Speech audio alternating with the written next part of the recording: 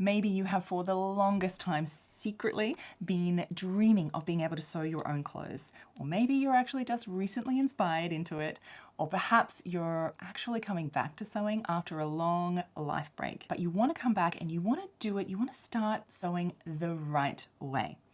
Either way, you are absolutely in the right place. This is step 1 in my new Learn to Sew series, where I'm going to take you through all of the steps you need into getting started with choosing the right machine, getting set up with all the right needles, the bobbins, the threads, all those presser feet, and all those common mistakes that beginners usually make, because I want you to get started sewing the right way and just do it a lot faster than I did when I first had to learn.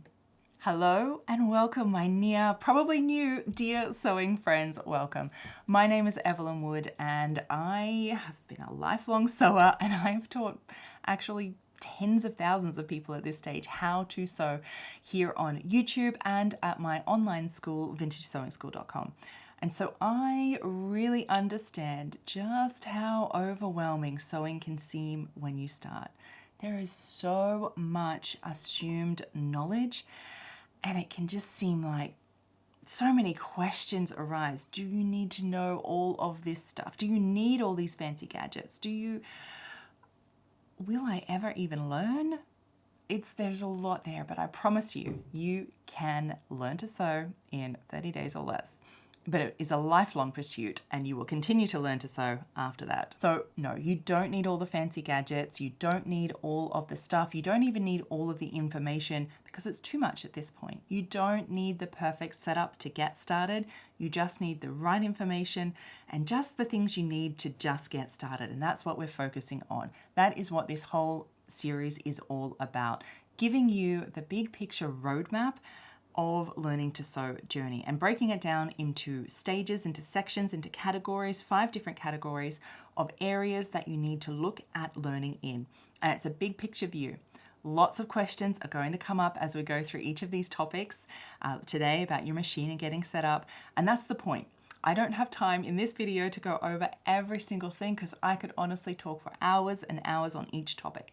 And I have, luckily, before. There's many hours of content here on YouTube on these topics, and of course at Vintage Sewing School. That is what I do there. And so this is the big picture. So you know what to focus on and what information is just too much information that you can wait until later. Because it's really important at this stage to just really keep it simple so that you can get started. Sewing is a lifelong journey. I just said that, and over your time of sewing, you will get all of the gadgets, all the things. You'll end up learning, well, there's never all the things to learn, but you get what I mean, right?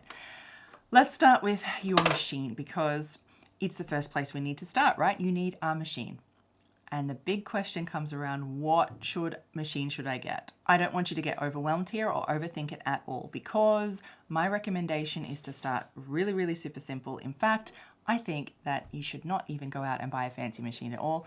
Definitely start with borrowing a machine if you can, because you'll be so surprised how many people you know might have a sewing machine in their cupboard that they don't use, never used, haven't used in a decade, that they'll be more than happy to loan you.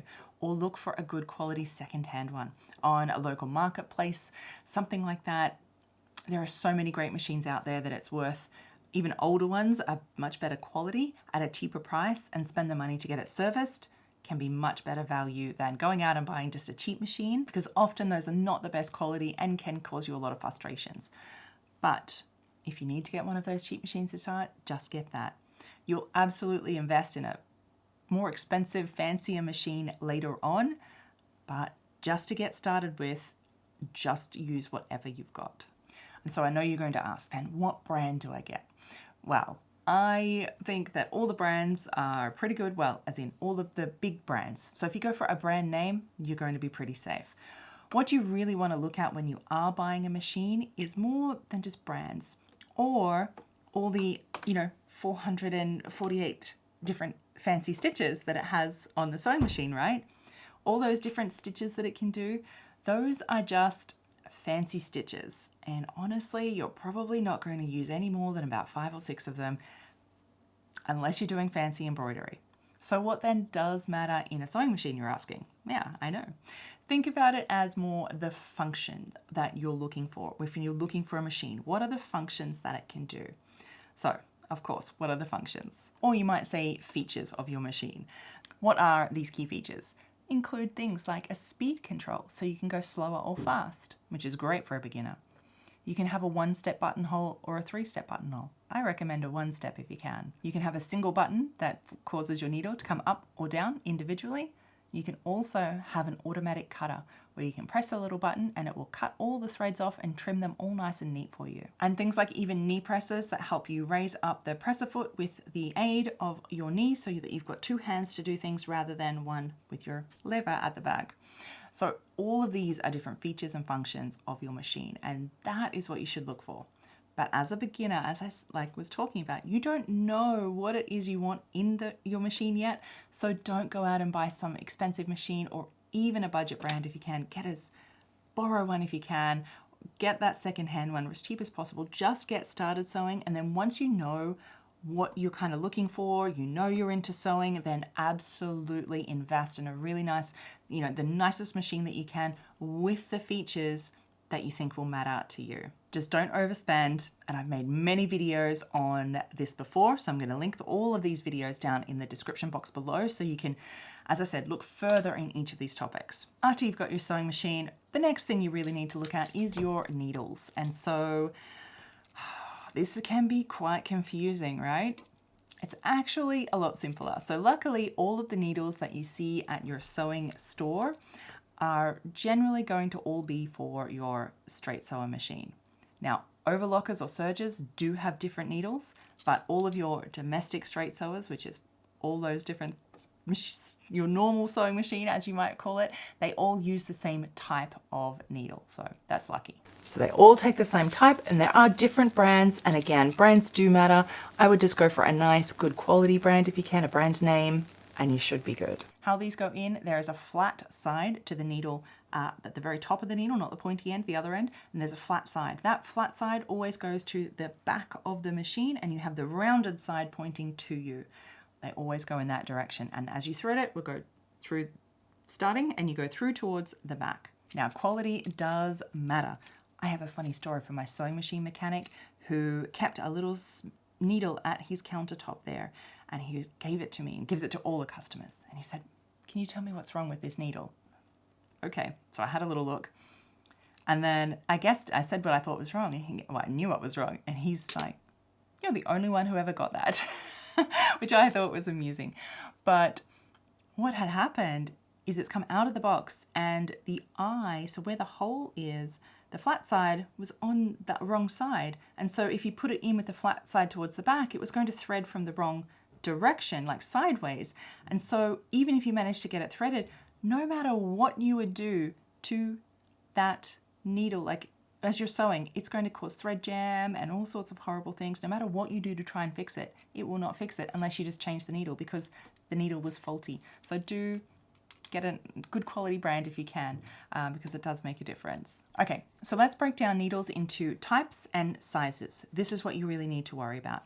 So the type of needle, these are names like universal, ballpoint, jersey, microtex, twin, stretch, denim. These are needle types, and these refer to what kind of job they will do, whether it's for stretch fabric, big, thick, heavy denim, whether it's got the twin needle, you want the twin needle. These are sort of the function of the needle, what it does, because they all provide a different kind of, well, function, but that's for later. So within all of those needle types, you have sizes. And so these are numbers like 80-12 or 70-10, and it just depends where you are in the world as to those numbers. These numbers refer to the needle thickness, of how thick the needle is, and so this is appropriate for different thicknesses of fabric.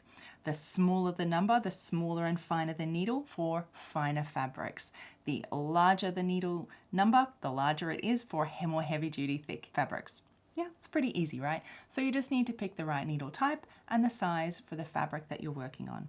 And so luckily, as a beginner, if you stick to some easy fabrics that I'm going to talk about later on in this series when we talk about fabrics, but if you're just using those types of good easy fabrics, a A universal type needle and a size 12 to 14 should be good for all your sewing, moving forward. And remember, needles do get blunt, so you do need to change them. I have videos on this, but let's just say, every project or so, you do need to change them. Let's move on to presser feet.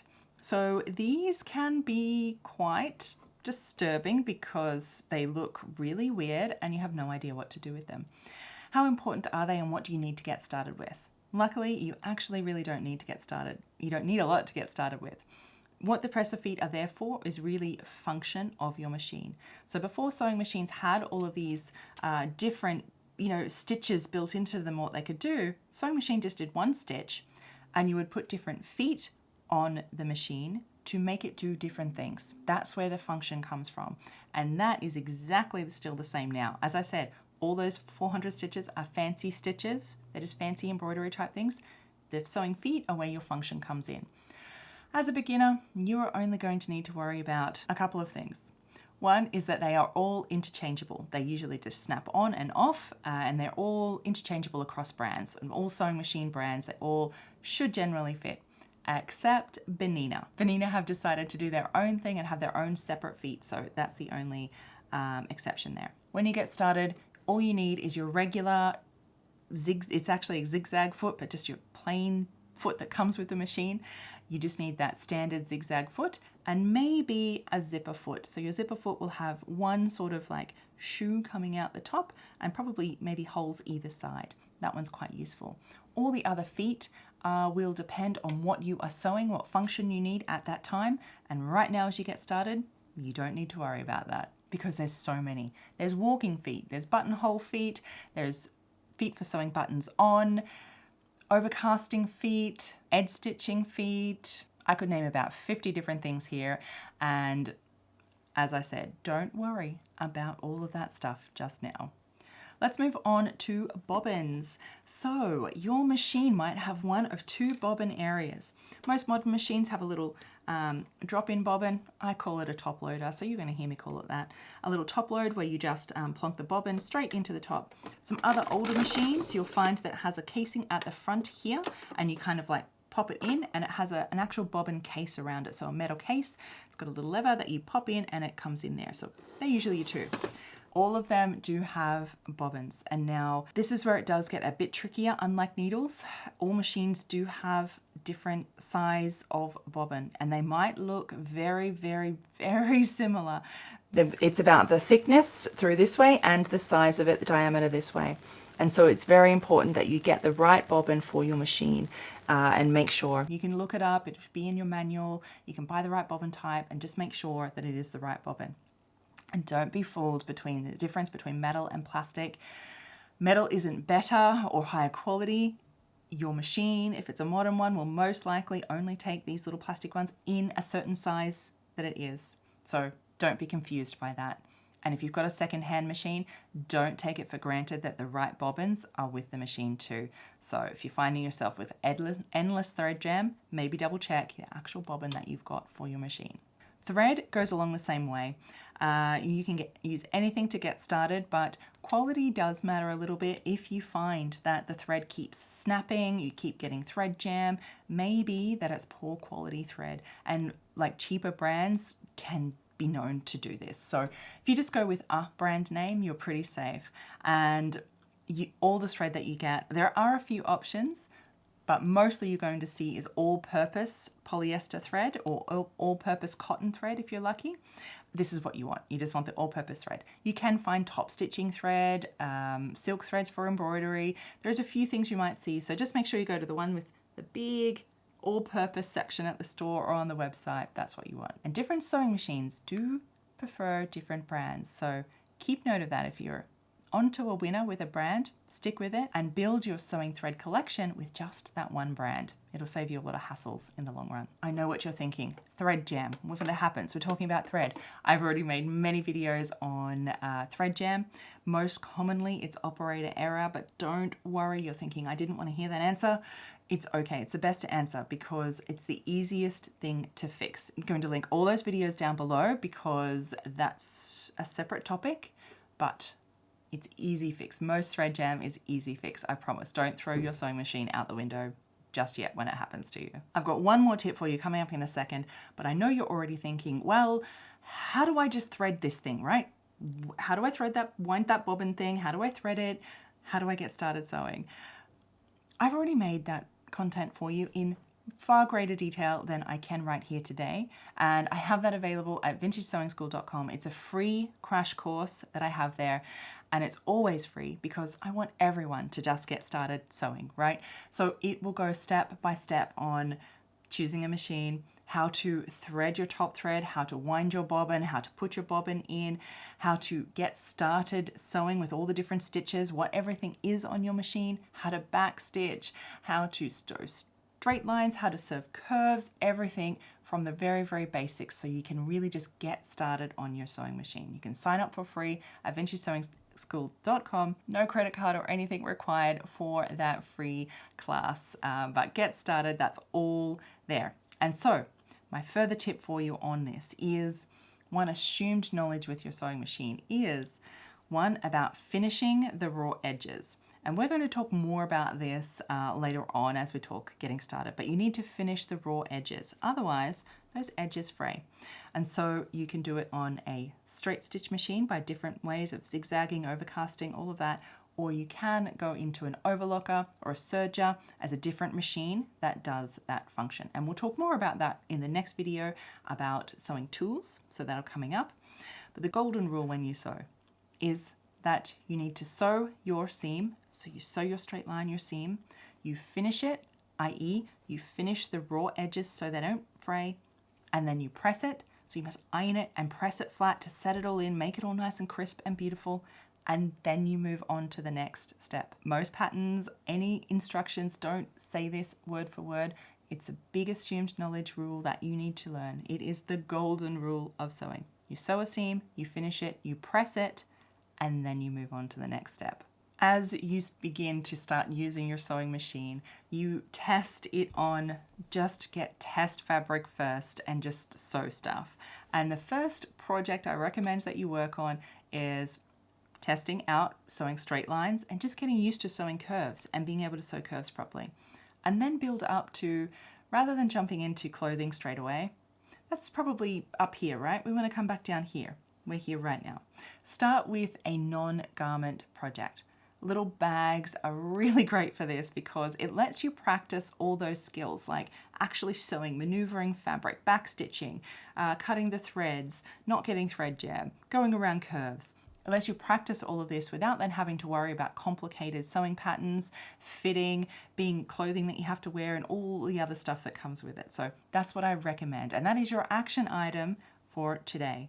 So get your machine, get it all set up, your threads, your needles, and practice sewing and just see what your machine can do. That is your action item. If you would like a printable checklist of everything we've covered today, I've also got you covered too. As part of a YouTube membership, we've started Sew Club, and I'm going to have a printable there with all today's information so that, well, I'll take the notes for you, right? And remember, it's all step by step at vintagesewingschool.com. The free class there will get you through all of that information and set up even better, furthering on today's lesson. And so stick around for the next lesson because we'll be talking about all the tools and equipment that you need to get started with, what you don't need. We'll be coming up with that all soon. So I would love to hear in the comments down below, what's inspired you to get started? Where are you in your sewing journey? And remember, read those comments. We're a community here to encourage each other into our sewing journeys. Until next time, my sewing friends, happy sewing. Bye.